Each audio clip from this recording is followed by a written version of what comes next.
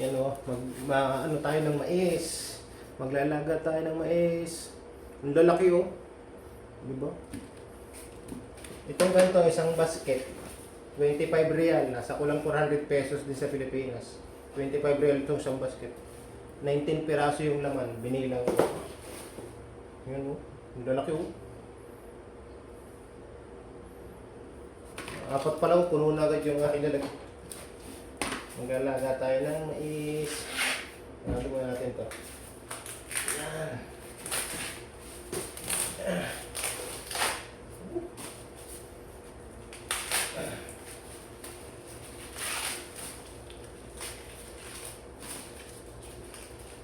Kita nyo naman, oh. Lalaki, no?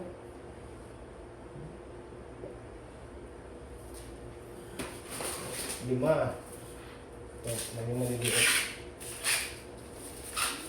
25 real lang. Yung magbebenta nito dito sa mga kalsada, 5 real kilo.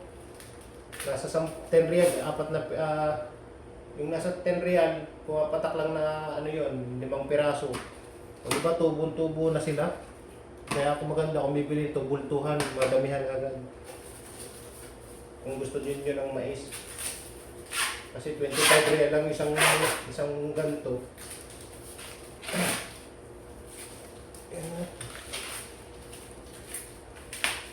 Kasi kung bibili ito doon sa mga kalsada dito sa sa Jeddah, kasama pa yung balat sa kilo, di ba? Bawas kilo na din tong mga busil na to, yung mga balat.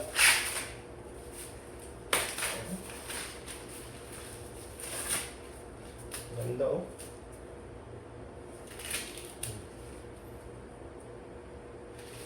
Kita nyo naman oh, di ba?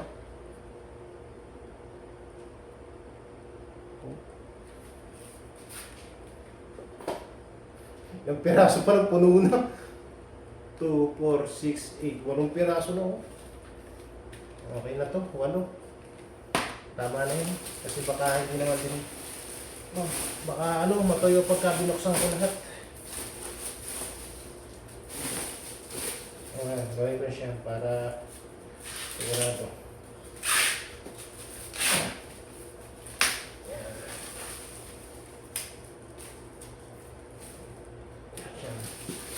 Laki pang tira. Ang lalaki. Kita nyo naman. Ang lalaki ng mais oh. Sweet corn. Ang lalaki. Yan ba? Kita nyo naman yung mais. Ang lalaki. Di ba?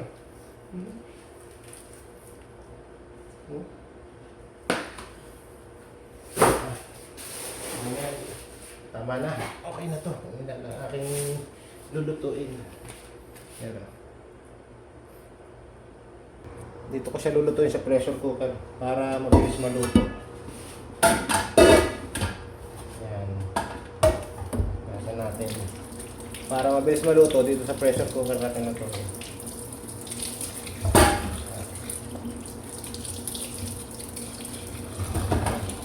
Kasya kaya ito. Hello.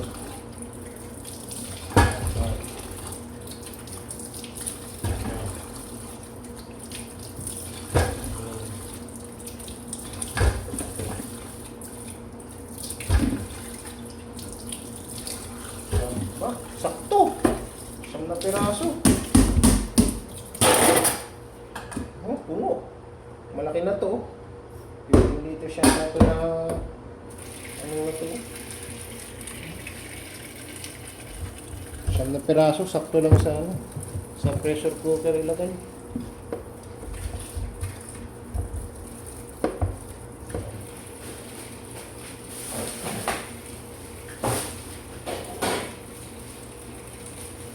Lagyan na natin siya ng asin para may alat na.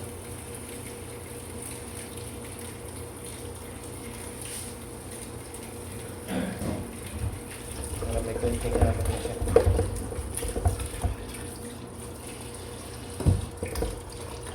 Pinay-pressure cooker ko siya para mabilis maluto.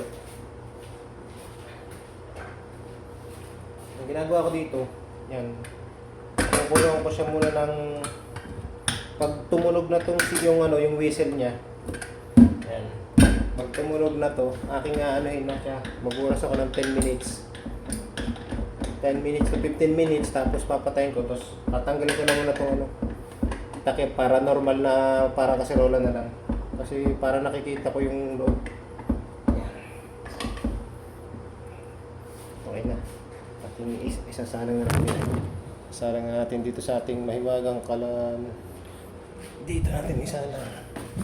Yan. Sa ating kalan. Yan. Mga ka dyan. Elevator.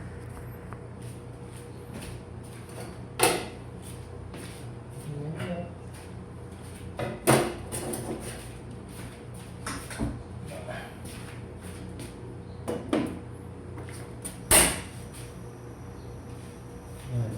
Pag tumunog to, yan. Mag-oras ako ng 15 minutes. Tapos papatayin ko. Tapos pasingawin ko. Tanggalin ko na yan para normal na lang yung takip niya.